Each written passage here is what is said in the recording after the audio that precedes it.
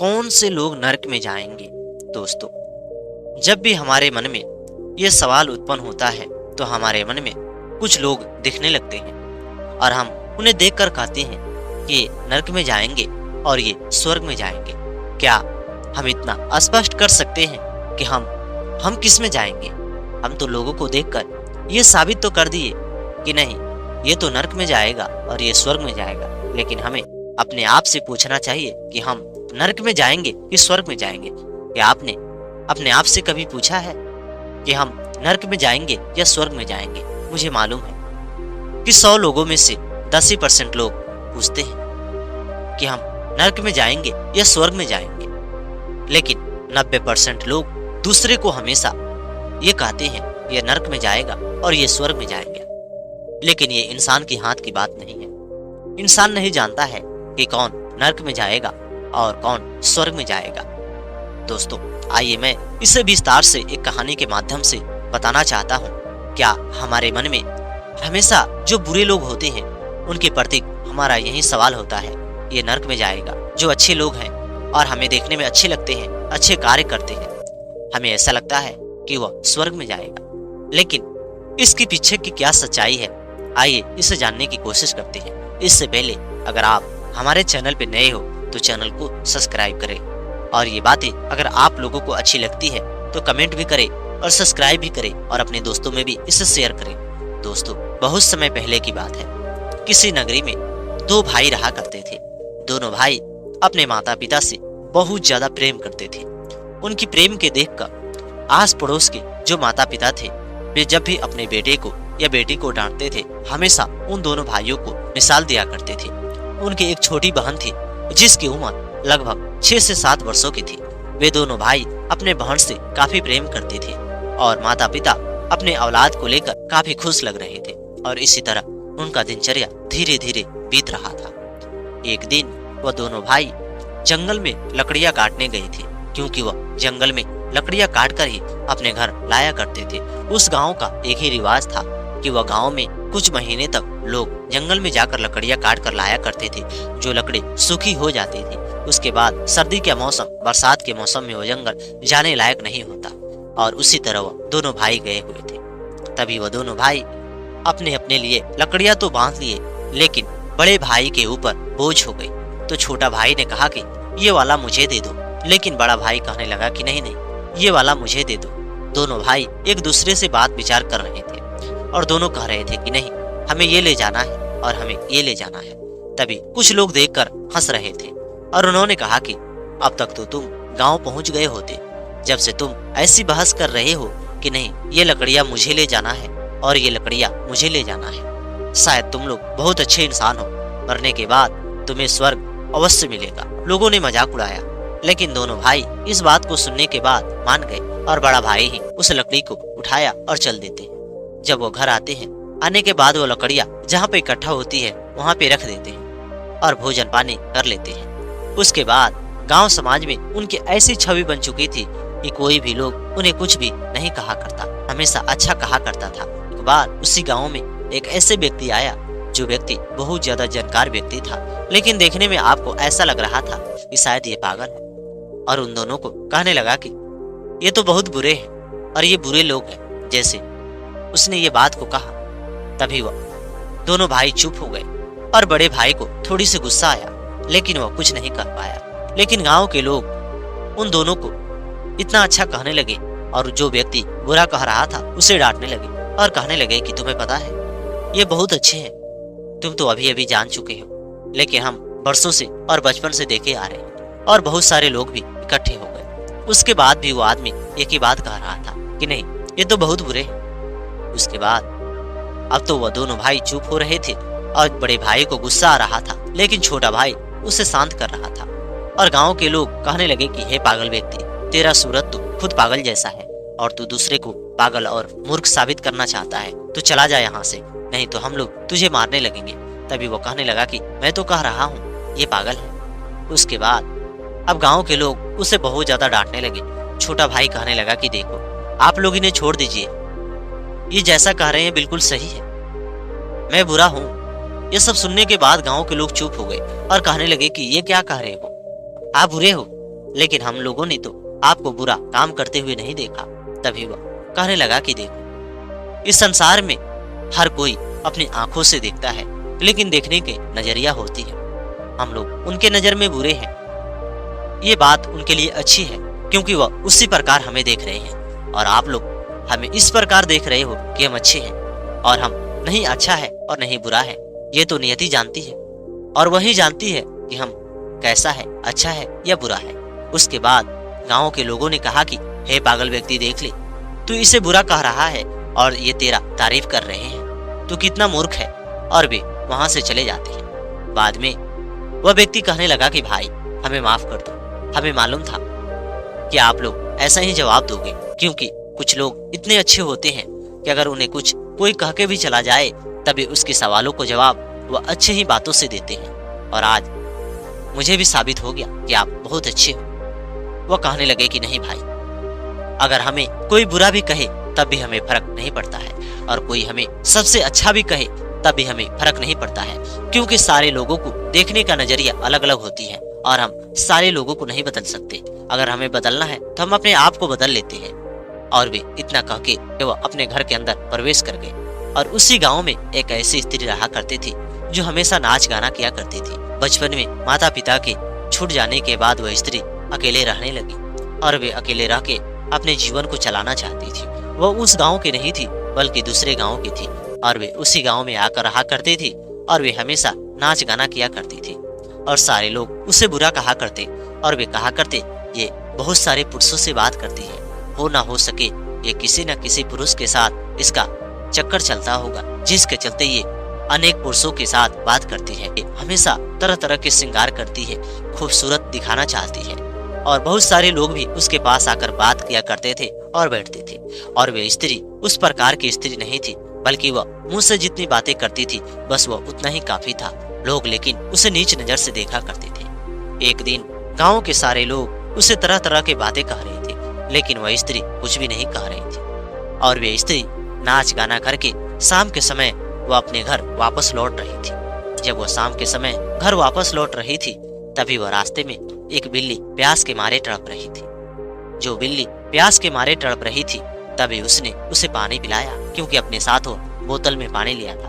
वह बिल्ली ने पानी पी, और पानी पीने के बाद उसका पीछा ही नहीं छोड़ा। जैसे उसने उसका पीछा नहीं छोड़ा, वह पीछे मुड़कर देखी तो वह हैरान रह गई और सोचने लगी कि ये बिल्ली तो मेरा साथी नहीं छोड़ रही है, इसे किसी भी हालात में मुझे इसका साथ छुड़ाना होगा। लेकिन वह साथ कैसे छुड़ाती?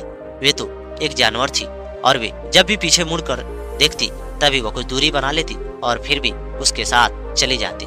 लेकिन अब वह बिल्ली को पालन पोषण करने लगी और बिल्ली को हमेशा दूध पिलाती, और वे भी अन्न और दाने भी खिलाया करती थी, और बिल्ली उसका भी हो गई। धीरे धीरे इसी तरह समय बीत रहा था, और गांव के लोग उसे कुछ भी कहा करते, लेकिन वह सारे लोगों को बातों को टाल दिया करती थी। एक दिन वह फिर से वहीं से नाच गाना करके आ रही थी, और जैसे वह अभी गांव में प्रवेश की, तभी एक बूढ़े व्यक्ति ने आवाज लगाया कि तुम कौन हो? जो भी कोई हो, मेरे पास आओ, मुझे मदद की जरूरत है। और वे उसके पास गई तो देखा कि बूढ़ा व्यक्ति चिल्ला रहे हैं और उन्हें बहुत जोरों की दर्द हो रही है पेटों में। वह कहने लगे कि मेरे आंख से दिखाई नहीं देता, लेकिन मेरे पेटों में बहुत जोरों की दर्द हो रही है, तो मुझे तुरंत खाना खिला दो, क्योंकि मुझे खाना खाए हुए 3 से 4 दिन हो रहा है, अब मैं मर जाऊंगी। तभी वह बहुत ज्यादा हैरान हुए। गांव के एक पड़ोस में जाती है और वे कहती है कि वह बूढ़ा व्यक्ति को खाना दे दो, नहीं तो वह मर जाएगा। लेकिन वह उस घर के लोग कहते हैं कि नहीं, हम उसे खाना नहीं दे सकते।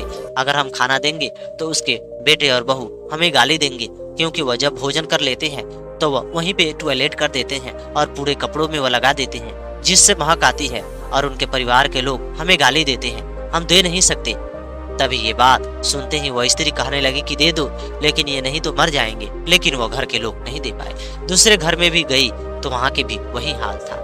अब वो सोचने लगी कि ये कितने बुरे लोग हैं, ये खाना नहीं दे रहे हैं। लेकिन गलती तो उस गांव वालों में भी नहीं थी, क्योंकि उसके घर परिवार के लोगों से वह डरा करते थे। और वे स्त्री गांव की दुकान में जाती है और जाकर वह एक बिस्कुट खरीद कर लाती है। तब तक वह बूढ़ा व्यक्ति का मृत्यु हो जाती है। वह स्त्री को बहुत ज्यादा दुख होता है, उसे इतना भी दुख होता है, उसे ऐसा लगता है कि उसका पिता थे। अब वह सोचने लगी कि ऐसे औलाद से क्या, जो औलाद अपने माता पिता के खातिर कुछ नहीं कर पाए और वे वहां से चली आती है। आने के बाद वो रात के सोती है, लेकिन उसे दुख होता है। उसे बहुत ज्यादा तकलीफ लगती है कि मैंने मदद नहीं कर पाया। उस घर से अगर मैं भोजन उठा कर लेकर चली आती तो शायद आज वो बूढ़े व्यक्ति जिंदा हो जाता। रात में वो सपने में देखती है और कहती है कि कोई बूढ़ा व्यक्ति आया है और शायद वही बूढ़ा व्यक्ति है, लेकिन उसका चेहरा साफ नहीं है। वो कहने लगा कि बेटी कोई बात नहीं, तुमने मेरे लिए बिस्कुट खरीद के लाया, लेकिन मैं नहीं खा पाया। जा, भगवान ने तेरी सारी गलतियों को माफ कर दिया है और तू आज से कोई भी गलती वाली नहीं है, तेरी पुरानी गलती सब माफ हो गई। और उसके बाद वह स्त्री सुबह उठती है, बिल्ली को भोजन कराती है और चल देती है। जब वह उसी गांव से गुजर रही थी तभी वह कहने लगी कि आप लोग कैसे इंसान हो, एक इंसान को आप लोगों ने मदद नहीं किया, आप लोगों की वजह से वह इंसान चला गया। आप लोगों की इतना सारा धन और संपत्ति रहने से क्या फायदा, जो आपकी धन और संपत्ति किसी का पेट ना भर पाए। तभी वह कहने लगे कि तुम नहीं जानती हो, जब तुम इसके बारे में जान जाओगी, समझ जाओगी, तो तुम ये सवाल कर ही नहीं पाओगी। हम लोग ये नहीं चाहते हैं कि उसके बेटे और बहू से हम झगड़े लड़ाई करें। उसके बेटे और बहू हमें गाली देते हैं जो उनका मदद करता है, हमें भी बहुत ज्यादा अफसोस है। और वे बेचारी ये बात कहने के बाद अपने काम पे चली जाती है। एक दिन रास्ते में उसे एक व्यक्ति मिलते हैं और उन्होंने कहा कि बेटी तुम ये सब श्रृंगार करके कहाँ जाती है, आखिर तुम्हारी शादी हो गई है? तभी वो कहने लगी कि नहीं बाबा, मेरी शादी नहीं हुई है, मैं तो एक नाच गाने में काम करती हूँ, वहीं पे काम करके अपना जीवन चलाती हूँ। उन्होंने कहा कि नहीं, तुझे नाच गाना नहीं करना चाहिए, तेरी सारी गुनाहें माफ हो गई है, तूने जितना सारा गलती किया है सारी गलती पूरी तरह से माफ हो गई है। तभी वो कहने लगी कि लेकिन मैं क्या करूं, मेरा पास तो कोई दूसरा काम नहीं है। तभी वो कहने लगे कि तू दूसरे गांव में चला जा, वहां पे एक ऐसा सेठ रहा करता है जो सेठ किसी से शादी करना चाहता है, लेकिन उसकी शादी नहीं हो रही है, क्योंकि उसकी शादी न होने का कारण यही है कि वह नशीले पदार्थों का सेवन करता है। लेकिन अब वह नशीले पदार्थों का सेवन करना बंद कर दिया है और उसकी ये दूसरी शादी है, उसके बावजूद भी कोई उस पर विश्वास नहीं करता। तू मेरी बात मान, वहीं पे जाके तू अपनी घर बसा ले और तेरे जीवन पूरी तरह से सही रास्ते पे चला जाएगा। उसके बाद वह कहने लगी कि ठीक है, आप मेरा रिश्ता वहाँ पे तय करवा दो। और सेठ के घर परिवार के लोग और सेठ के कुछ लोग भी आए। जब वो इस लड़की को देखने आए जो स्त्री जाकर नाच गाना करती थी, गाँव के सारे लोग एक ही बात कहने लगे कि ऐसी लड़की से शादी कर रहे हो जो स्त्री गांव समाज के नामों को बर्बाद कर देगी। तुम्हें पता है ये तो नाच गाना करने वाली स्त्री है, ये तो अच्छी स्त्री नहीं है और ये श्रृंगार करके अन्य पुरुषों को दिखाया करती है। इसके बारे में आप लोगों को पता नहीं है, ये तो हमेशा नर्क में जलेगी, लेकिन आपके पूरे खानदान को नर्क में लेकर डूबेगी। क्या आप लोग चाहते हो कि नर्क में डूब जाओ? ये सब सुनने के बाद वहाँ से शादी खत्म हो जाती है और जो व्यक्ति उसकी शादी करवाने वाले थे वे भी अब कुछ नहीं कर पाए, क्योंकि उनकी बातों पे उन्हें विश्वास नहीं हुआ। वह स्त्री एक दिन चुपचाप सोच रही थी कि सच में मैं इतनी बड़ी बुरी हो गई हूँ कि मेरा शायद कुछ नहीं हो पाएगा, मैं नर्क में जलने वाली हूँ। जिसके चलते गांव समाज के लोग उसे एक ही बात कहा करते थे। एक दिन उसी गांव में एक छोटा सा लड़का आता है, जो लड़का साधु संत का रूप लिया था, जिसका उम्र लगभग 14 से 15 वर्षों की था। गांव के सारे लोग एक ही बात कहने लगे कि ये देखो कितने कम उम्र में साधु संत बन चुका है। तभी वो कहने लगा कि आप लोग भी तो बन सकते हो, लेकिन आप लोगों को चुगली करने से आप लोग चुगली करते हो, चुगली करने से आप लोगों को फुर्सत नहीं है। अगर फुर्सत होती तो आप लोग भी समय निकालकर ये सब कदम उठा ही सकते थे। तभी वो कहने लगे कि ये देखो ये बाबा नहीं है, ये ढाबा है, ऐसी बातें कर रहा है, एक बाबा के मुंह से ऐसी बातें शोभा नहीं देता। तभी वो कहने लगा कि नहीं, आप लोग जैसे बातें कर रहे हो वैसे कह रहा हूँ। गाँव में एक ऐसी स्त्री है जिसे आप लोग बुरे कह रहे हो, लेकिन क्या आपको पता है कि वह बुरी नहीं है? तभी सारे लोग हंसने लगे और कहने लगे कि नहीं, गांव में वह स्त्री सबसे बुरी है।